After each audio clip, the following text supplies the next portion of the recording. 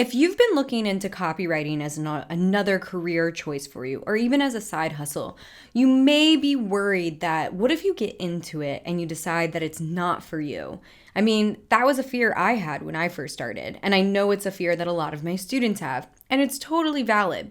One of the benefits of copywriting is that it is a skill that's really easy to segue into all sorts of other opportunities. In fact, I've had students who've gone on to take what they've learned about copywriting and apply it to their own business. And that is what they've used to grow their business, because copywriting is a fundamental skill that is needed for all businesses. I mean, it's how you get the word out about what you do, who you serve, and how you connect and communicate with your potential customers. So copywriting is a really wonderful skill because it can be applied in so many different ways.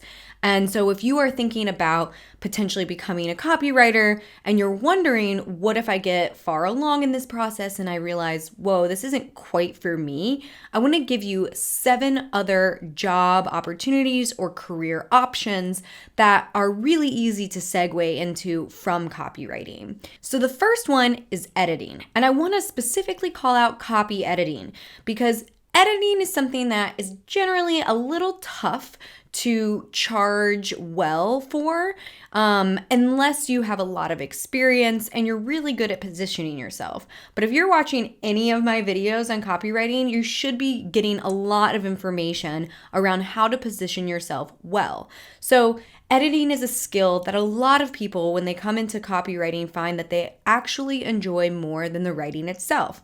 I, for one, am not one of those people. But I have lots of people in my life who get into copywriting and then decide, actually, I really love when the words are already on the paper and then reorganizing them, restructuring them, and calling out what I see. So editing can include line-by-line edits where you check for things like grammar and things like that. Or it can be editing where you're thinking much more big picture and how do things flow and what can be done to be more persuasive, or calling out inconsistencies in tone and voice. So editing can look a lot of different ways. You don't have to necessarily focus on the line by line stuff if that is not your forte or your favorite thing. In fact, my personal editor, she is wonderful. She is really great at the big picture thinking and making sure that everything I'm saying is actually persuasive, it actually is cohesive, and things like that. So you may find as you get into copywriting that editing is much better suited for you, and that's totally okay. But again, I kind of want to encourage you, if you are thinking about editing, it's a good idea to still educate yourself around copywriting and persuasive techniques and things like that.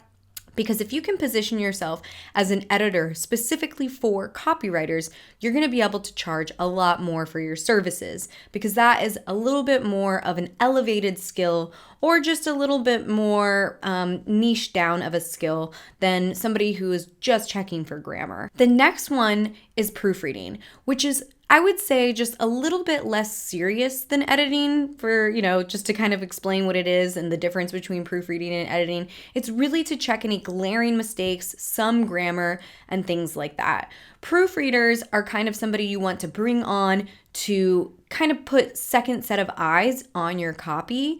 And honestly, it's where I started. At first, I did not have the income to pay an editor, but I very quickly incorporated it into my pricing because I think it is super important.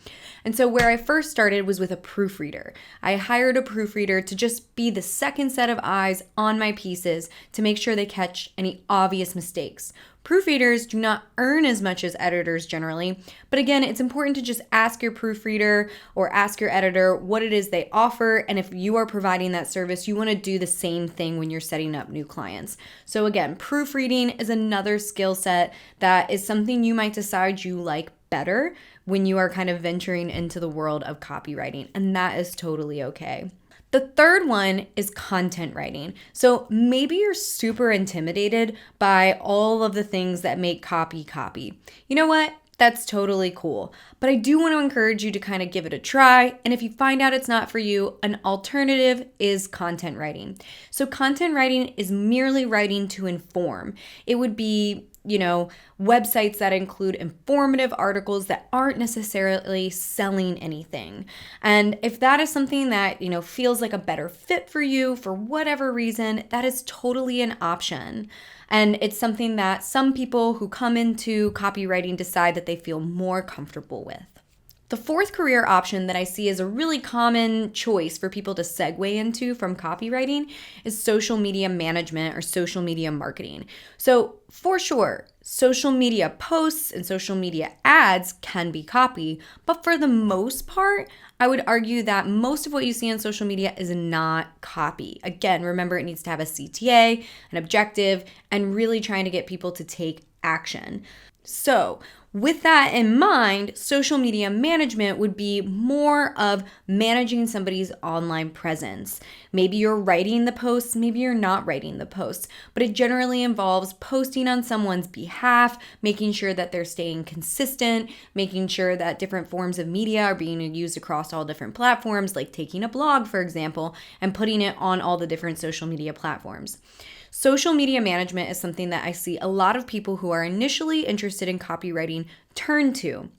For some people, they find it really fun and enjoyable. For me, it feels like a lot of little tasks, and I don't generally like doing lots of little tasks. I like to do big picture stuff.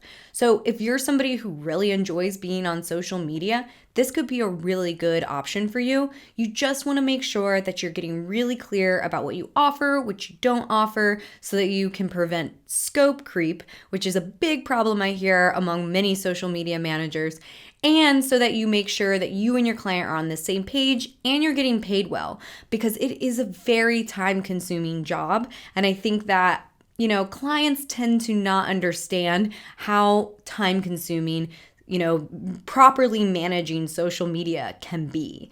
So making sure that you're getting paid for what you're doing, because it is a very important element to any successful business that wants to have an online presence. And I don't know, you guys know that I'm all about making sure you get paid well for what you do. So I still feel the same way about social media management. For me, it's one of those jobs that I think is kind of underappreciated, but it's a really great option for people who like to be on social media. So the next one would be business management or virtual assistant work. So pretty much every niche, there are businesses and business owners that need this kind of support.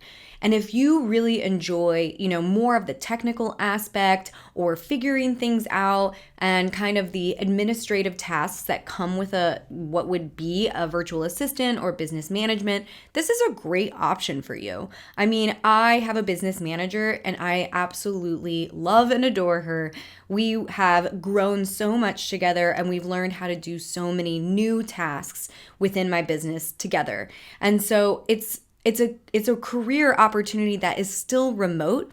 So I think it would be something that could easily be segued into from copywriting, because I think for a lot of people, copywriting is their first, maybe not their first, but one of the first times that they kind of experience entrepreneurship in like the digital space. And virtual assistants or business managers, they are also needed in that space as well. So once you become kind of familiar with the business and marketing landscape, you might find that you would much rather be working with one particular business in general, or you can actually, as a virtual assistant, have more than one business you're working for, but doing more of the administrative tasks that they need. And they're going to be unique to every business. So if you like figuring things out, if you like the technical stuff, if you like, kind of doing the strategy on the back end, you might prefer this over copywriting. So the next one is web designing and auditing.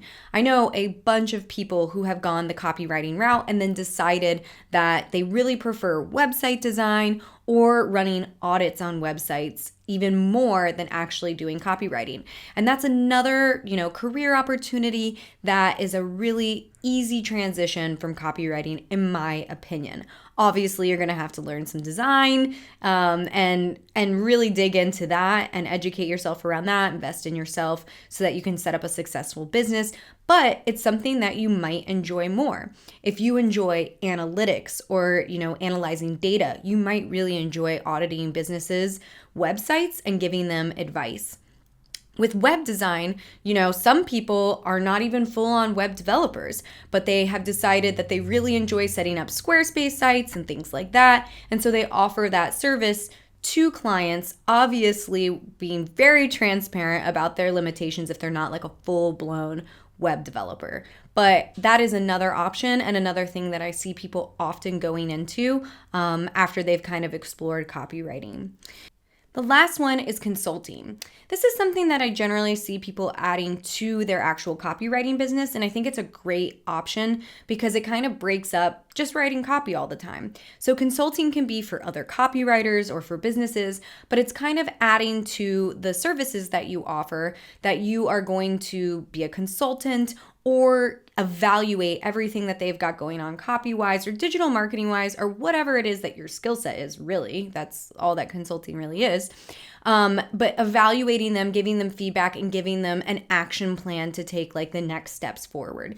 So I have seen lots of copywriters add it to their skill set. You can totally add that to your skill set once you feel like you've got, the quality and expertise to back your own skill set. Consulting is absolutely an option you can add to the services you provide. So keep in mind, one of my favorite things about being an entrepreneur is having a diversity of skills and of offerings and of income, because it really sets you up for being flexible with the changing times. I mean, we have all seen in the last few years how dramatically the world can change and how that paycheck from that company, in a traditional 9-to-5 can be completely swept out from underneath you. So one of the things that I think is important is to just remind yourself that change is inevitable and that it's important to always stay adaptable.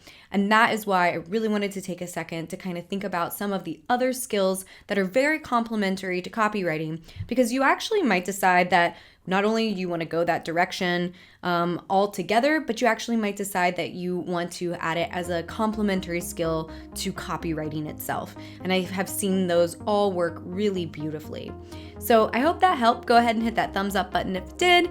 And of course, please don't forget to subscribe. And I would love to hear from you in the comments. Are you offering any of these services outside of copywriting? And if so, what are they? Because I love to hear all the different ways that entrepreneurs and freelancers kind of make their business work for them.